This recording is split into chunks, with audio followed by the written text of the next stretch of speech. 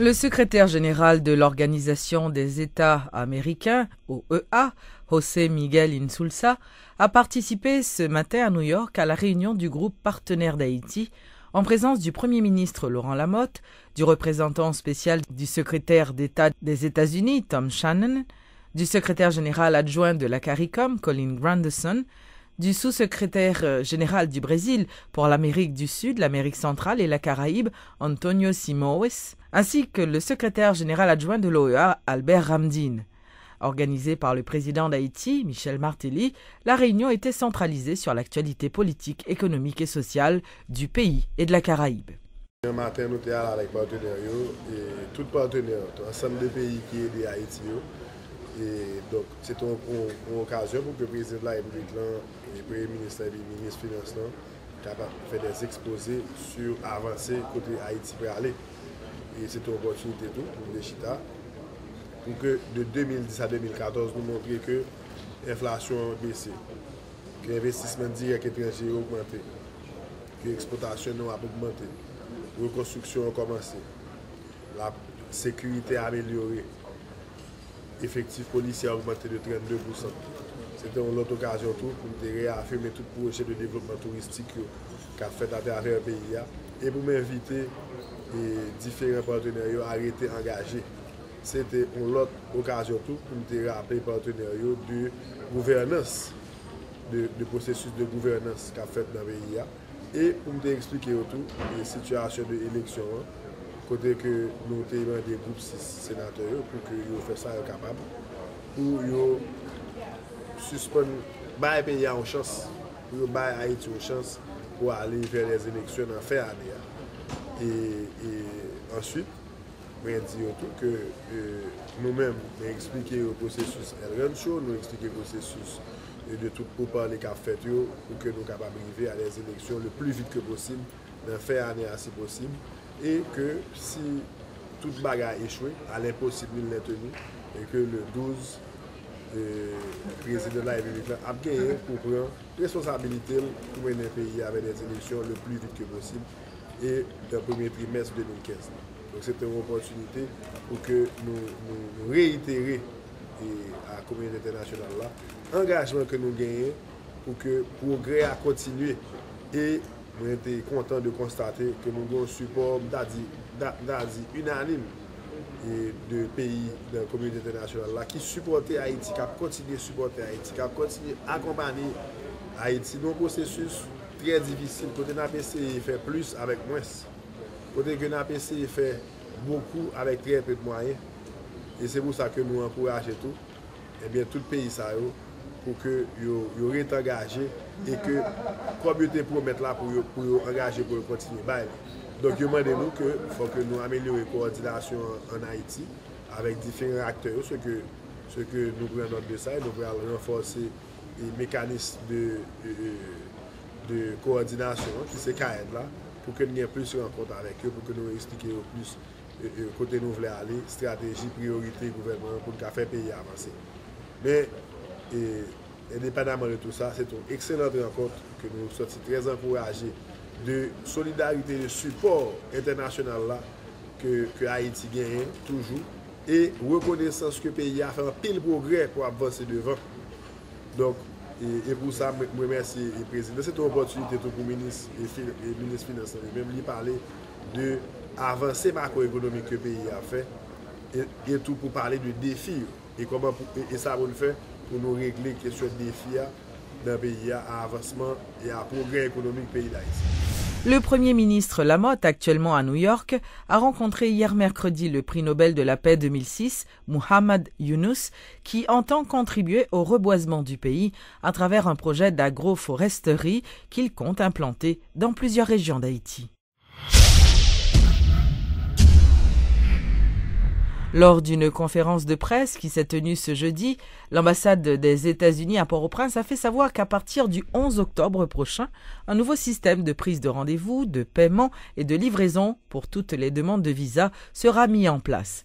Selon les responsables du Bureau des affaires publiques de l'ambassade, ce système, nouvellement conçu et implémenté à travers toutes les ambassades des États-Unis dans le monde, sera plus efficace et facile à utiliser selon ce qu'a fait savoir le vice-consul Mary-Ann Shepherd. Dans le nouveau système, l'ambassade aura toujours un programme de renouvellement des visas non-immigrants et les postulants qui répondent aux mêmes critères qu'avant n'auront pas besoin de prendre un rendez-vous sur le système Internet pour se présenter pour un rendez-vous. Donc, il y a toujours cette option pour renouvellement sans avoir un rendez-vous pour les personnes qui déjà ont une visa américaine. Dans le système actuel, il faut venir ici dans l'ambassade tous les mercredis. Mais dans le nouveau système, vous pouvez aller à un bureau de Haïti Messager toutes les journées de semaine, de lundi à vendredi. Et il y a 3 bureaux, en Cap-Haïtien, en Jacmel et ici en Port-au-Prince. Donc, dans le nouveau système, vous avez plus d'options pour le renouvellement de visa. Mais vous n'avez pas besoin d'entrer dans l'ambassade pour déposer les documents. Mais c'est important à noter que les personnes qui ont déjà payé avec le système avant de Soja Bank, il faut toujours venir pour déposer le passeport dans l'ambassade. Mais les personnes qui commencent avec le nouveau système, à partir du 11 octobre, il faut payer dans Soja Express et il peut déposer les passeports dans un bureau de Haïti Messager. Deuxièmement, dans le système actuel, nous avons un centre d'appel, mais c'est seulement pour les personnes qui sont applicants pour une visa immigrant. Mais dans le nouveau système, le centre d'appel, c'est pour tous les postulants, immigrants et non-immigrants. Donc, si vous avez des questions sur visa touriste, questions de visa étudiant, questions de visa des journalistes, vous pouvez appeler le centre d'appel. Donc, c'est pour tous les types de visas. Après le 11 octobre, le centre d'appel, c'est gratuit. Donc, troisièmement, vous connaissez que maintenant, tous les postulants pour une visa non immigrant doivent payer dans une Soja Bank. Mais dans le nouveau système, il faut payer dans une Soja Express. Okay? Donc, il n'y a plus de lieux, il n'y a plus de points de paiement dans le nouveau système. Il faut utiliser le nouveau site Internet et imprimer une fiche de paiement, c'est une fiche de dépôt, et amener ça à n'importe qui Soja Express pour payer votre frais de visa non immigrant. La livraison après le changement, c'est gratuit, mais c'est gratuit pour les personnes qui ont commencé les procédures après le 11 octobre. Donc, si vous avez payé avec Soja Express, faites le rendez-vous dans le nouveau site. La livraison des passeports est gratuite. Mais pour la période de transition, si vous avez déjà payé dans une Soja Bank et fait le rendez-vous dans le dernier système, vous devez toujours payer le frais de livraison des passeports si vous qualifiez pour une visa touriste. Le ministère de l'Environnement a mis en place un ensemble de dispositifs pour protéger les espaces boisés du département de la Grande-Anse des prédateurs de l'environnement. 10 agents de la direction de surveillance environnementale, appuyés par des policiers, sont cantonnés dans la région. Une enveloppe budgétaire de 30 millions de gourdes est prévue pour financer les opérations de protection environnementale dans ce département. Dans Grande-Anse, nous gagnons un programme intensif que nous pouvons mettre sur Kounian là, développement et production de briquettes de charbon. Briquettes de charbon. Nous déjà avons des experts qui travaillent avec nous. Nous déjà gagnons un plan de distribution de briquettes de charbon qui pourra commencer à partir de nouvelle année fiscale là. Et nous gagnons ça, il y aura les transferts de technologie qui pourra le faire. Ça veut dire que experts que nous gagnons en matière de production de briquettes, en matière de protection, en matière de fabrication de charbon artificiel, qui pourra le développer dans les prochaines semaines, qui pourra le permettre Mounio créer alternative ça. Et en plus, nous gagnons planification avec des pays tels que le Congo, qui était venu l'autre jour, qui a aidé nous mettre en pratique afin de ferme énergétique. Ça veut dire que identifier des zones que Mounio capable d'exploiter avec un permis express de l'État, mais zone ça pas représenter un danger pour stabilité écologique du département. Donc, un pile programme cap développé pour mettre zone en défense et pour permettre moun yo joindre un équilibre. Nous t'es allé dans une grande réunion de grandance avec élus locaux et puis des paysans qui sont des leaders communautaires. Ils ont tout exprimé inquiétude parce que ils ont dit yo camion a sorti, camion gen gros âme. Donc ils ont même parti prenante pour mesures répressives que nous prenons contre prédateurs forêts. Donc alternative il y a vini, il y a l'étude, mais en attendant mesure pour que le département pas fini la prend. Le service maritime et de navigation d'Haïti, SEMANA, organise une semaine d'activités à l'occasion de la Journée mondiale de la mer. Le thème choisi cette année est « Tous ensemble pour une mer plus saine et une navigation plus sûre ».